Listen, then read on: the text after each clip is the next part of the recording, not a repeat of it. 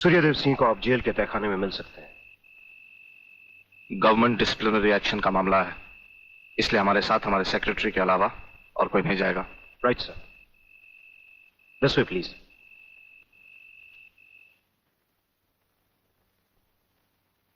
आप इधर उधर देखने की तकलीफ मत उठाइए मंत्री साहब, हम देख भी चुके हैं और सुन भी चुके हैं। यहाँ दीवारें तो हैं लेकिन इनके कान नहीं। आपका वागले से अलग हो जाना, वागले का भरी अदालत में आपके खिलाफ बयान देना, आपका गिरफ्तार होना भाई ये सब मेरी समझ में पूरी तरह से नहीं आया। इसलिए तो आपको हमने याद किया है। और जब कभी सुबह समझा जाता है तो इंस्पेक्टर वागले इसी तरह भेस बदल कर हमसे मिलने यहाँ आते रहते हैं।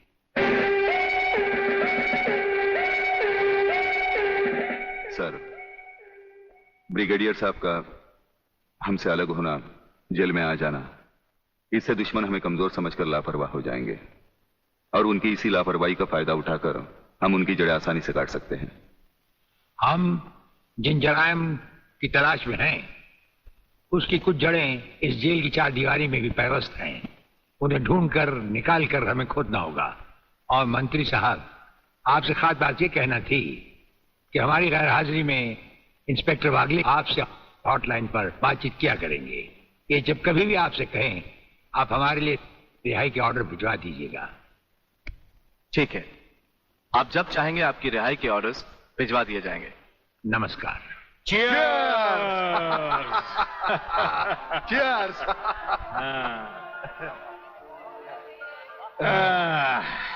नया साल बहुत बहुत मुबारक हो प्रलयनाथ। नया साल तुम्हें मुबारक और सूर्यदेव सिंह का जेल जाना मुझे मुबारक। राधा बिटिया कहीं नजर नहीं आ रही। नजर तो तुम्हारा बेटा रसिक नाथ भी नहीं आ रहा। अरे भाई, इन नौजवान लोगों का हम बूढ़ों से क्या मतलब? मना रहे होंगे कहीं नया साल अपने जवान दोस्तों के साथ। प्लीज रसिक, ऐसा मत करो ना। अगर ऐसा नहीं करूंगा तो नए साल का सेलिब्रेशन अधूरा रह जाएगा मेरी जान। रसिक, तुम जानते हो मैं तुम्हारे बच्चे की माँ बनने वाली हूँ। माँ? यानी प्रेग्नेंट?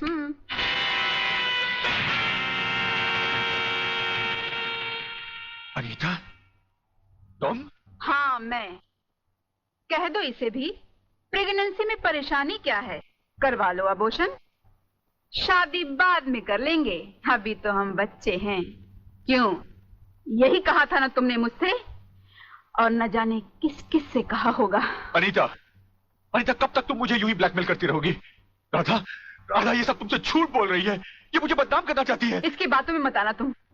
मैं भी तुम्हारी तरह इसकी भोली भाली बातों में आकर इसके बच्चे की माँ बनने वाली हूँ। मेरे बच्चे की माँ? अरे ना जाने किस किस का पाप अपने पेट में पालकर तू मुझे उसका पाप बना रही है। रसिकनाथ, जिसका पाप मेरे पेट में है, उसी पापी का अंत करने आई हूँ।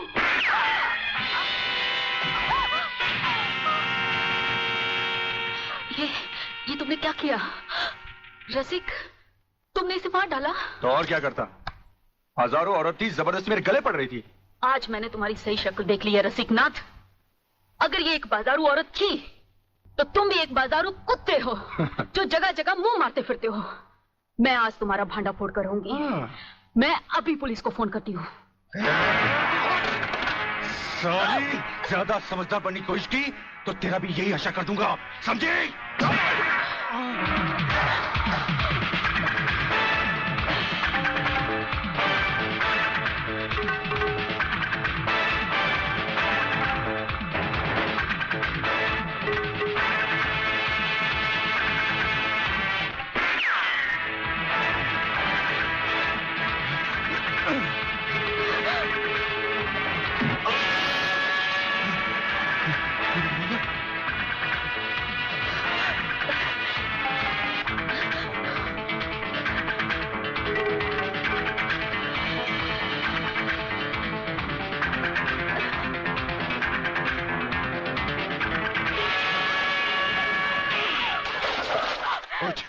पुलिस को बताएगी, पुलिस को बताएगी। जिंदा रहेगी तो पुलिस को बताएगी ना, न रहे पास न बचेगी बांसुरी। मैं तुझे खत्म कर दूंगा कमीनी।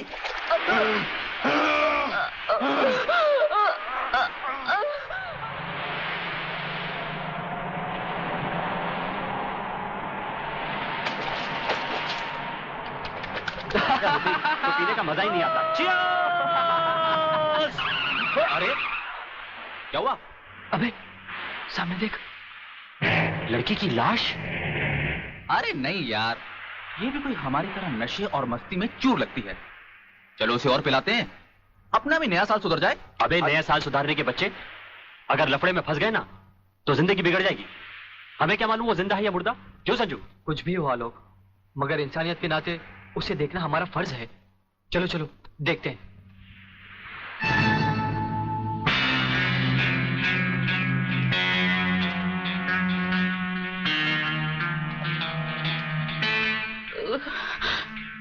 मुझे मत मारो प्लीज।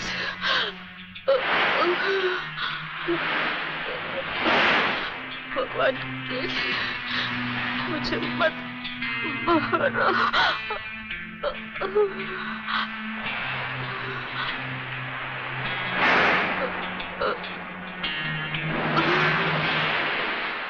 अरे ये तो फिर से बेहोश हो गई। लगता है किसी ने इसे बहुत मारा है। चलो इसे अस्पताल ले चलते हैं। डॉक्टर साहब। यस, क्या बात है? डॉक्टर साहब, ये लड़की बहुत सीरियस है, आप बचा लीजिए प्लीज। लड़की? कहाँ है लड़की? कौन है ये? हम नहीं जानते। तुम नहीं जानते तो इसे लेके क्यों आए हो? कहां से लाए हो? बीच से। ये हमें बीच पर बेहोशी की हालत में मिली थी। बेहोशी की हालत में?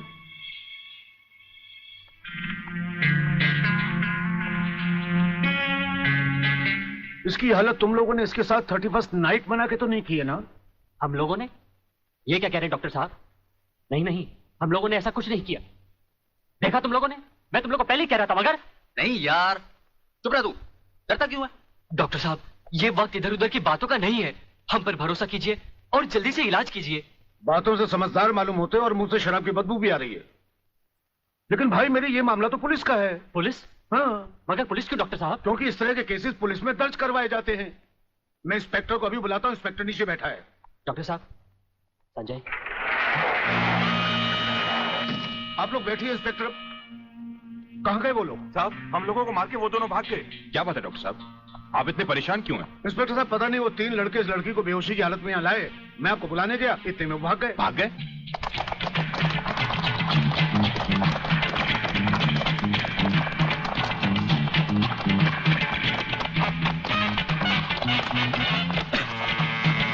अरे जल्दी कर।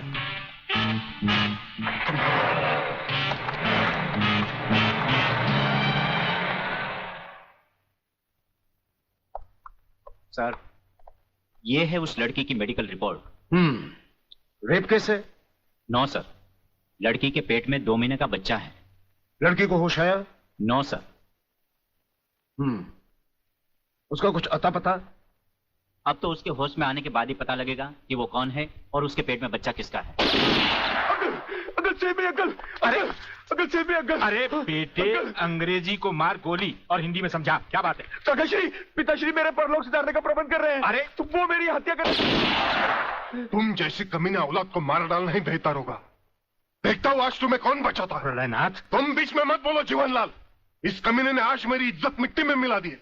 मैं इसे जान से मारू। बात क्या है?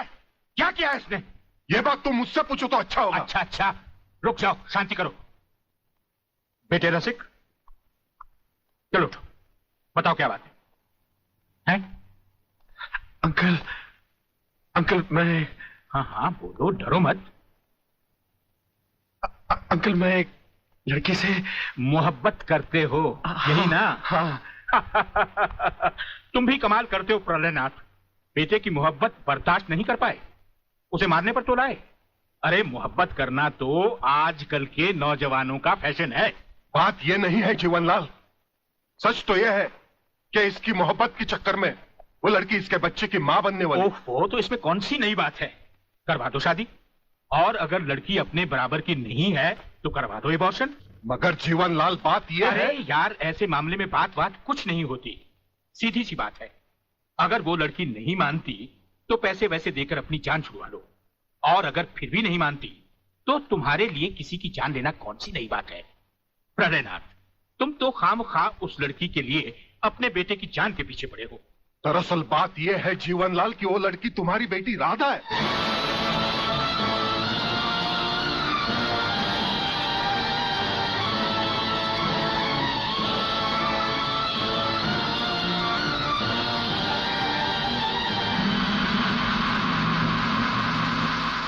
सारी चीजें दर्ज कर ली?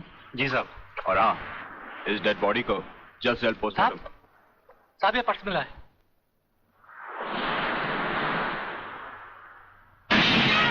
संजय आर चौहान। मेरा पर्स बीच पर या अस्पताल में गिरा है। अगर वो पुलिस को मिल गया तो कहीं हम फंस ना जाए। नहीं यार, अरे जब हम लोगों ने कुछ बुरा किया ही नहीं है तो हम फंस क्यों जाएंगे? अरे मैंने पहले ही कहा था कि इस चक्कर में मत पड़ो, उल्टे फंसेंगे। लेकिन मेरी सुनी किसने थी? मैं कहती हूँ डर डर के कब तक ये बात सबसे छुपाते रहोगे। चलो माँ जी को सब सच बता देते हैं, सब ठीक हो जाएगा।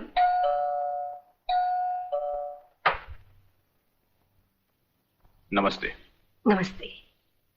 क्या बात है इंस्पेक्टर साहब? हम शक की बुनियाद पे आपके बेटे संजय और उसके 2 दोस्तों को गिरफ्तार करने आए हैं। गिरफ्तार? क्यों? क्या जुर्म किया है उन तीनों ने? ये आप अपने बेटे से पूछ लीजिए।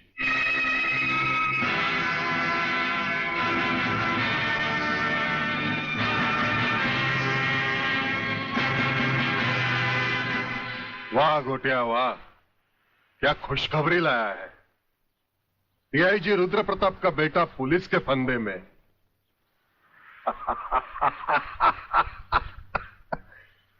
बाप ईमानदारी की मौत मर गया, अब बेटा कानून की मौत मरेगा।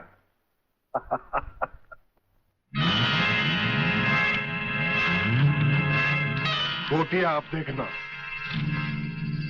मैं इस चश्मदीद गवाह को ऐसी मौत मारूंगा कि उसकी आंखें मुझे पहचानने से पहले ही बंद हो जाएगी। तुम उस डॉक्टर को खरीद लो और रिपोर्ट तैयार करवाओ जो मैं चाहता हूं। यह समय सोचने का नहीं है बेटी, यह हम दोनों की जिंदगी और मौत का सवाल है। पिताजी, पुलिस पूछेगी तो मैं क्या बताऊंगी? किसका नाम लूंगी? पुलिस को तुम ये बताना कि तुम्हारे साथ बलात्कार हुआ है। हाँ बेटी, बलात्कार। प्रलयनाथ की प्रलय से बचने का ये एक ही तरीका है। तुम उन्हीं 3 लड़कों का नाम पुलिस को बता देना जिन्होंने तुम्हें अस्पताल पहुंचाया है। पिताजी, लगता है पापियों के साथ रहकर आपका दिमाग भी उन्हीं की तरह हो गया है। आप ये कह रहे हैं मैं उन लड़कों को फांसी के फंदे तक पहुंचा दूं जिन्होंने मेरी जिंदगी बचाई? नहीं पिताजी, मैं ऐसा हरगिज नहीं करूंगी, हरगिज नहीं करूंगी। बेटी, इतिहास गवाह है, आदमी ने अपनी जान को बचाने के लिए अपने ही भाइयों की लाशों को कुचला है। ये दुनिया का नियम है बेटी। फिर वो तीनों हमारे लगते भी क्या हैं? अगर उन्हें फांसी लग भी गई तो हमारा क्या जाएगा? बेटी, उन लोगों की जिंदगी से कहीं ज्यादा कीमती हमारी जिंदगी है। पुलिस को वही बताना जो मैंने तुम्हें कहा है। मगर गुप्ता जी, किसी के सपने पूरे करने के लिए किसी के अरमानों का गला तो नहीं घोटना चाहिए। ये पाप है। राधा तो प्रेग्नेंट है और आपने पैसे के लिए उसके बलात्कार की गलत रिपोर्ट तैयार कर दी। तुम मेरे सीनियर हो या मैं तुम्हारा सीनियर, पेशे का सबक मुझे मत सिखाओ, समझे? सीनियर और जूनियर का मतलब ये तो नहीं सर कि आप कुछ भी करें और मैं चुपचाप देखता रहूं। ऐसा कभी नहीं होगा। मैं आपकी गलत रिपोर्ट पर हरगिज साइन नहीं करूंगा जो उन 3 निर्दोषों को फांसी के फंदे तक पहुंचा दे। डॉक्टर सिन्हा, आज से 5 साल पहले डॉक्टर श्रीवास्तव ने इसी तरह की एक गलत रिपोर्ट पर साइन करने से इनकार कर दिया था। गुंडा स्वामी के आदमियों ने उसे 6ठी मंजिल से नीचे फेंक दिया और पुलिस ने उसकी मौत को आत्महत्या समझकर उसकी फाइल हमेशा हमेशा के लिए बंद कर दी। अगर तुम भी उसी राह पर चलना चाहते हो तो एज यू विश। इंस्पेक्टर साहब, इंस्पेक्टर साहब, मैं कहती हूँ ये कहाँ का न्याय है? कैसा कानून है जो 3 मासूमों को सोचे समझे बिना हवालात में बंद कर दिया? मैं पूछती हूँ क्या हो गया है इस देश के कानून को? अगर पुलिस वाले इस तरह पुलिस स्टेशन में सोते रहे तो निर्दोष लोग जेल में नहीं जाएंगे तो कहाँ जाएंगे? उठो! कौन तुम? नींद की गोली खाकर सोया है गांजे की? दिखता नहीं क्या? लड़की हूँ मैं, आलोक की बहन। जिसे तुम्हारे कोई बहादुर इंस्पेक्टर ने बलात्कार के जुर्म में पकड़ा है।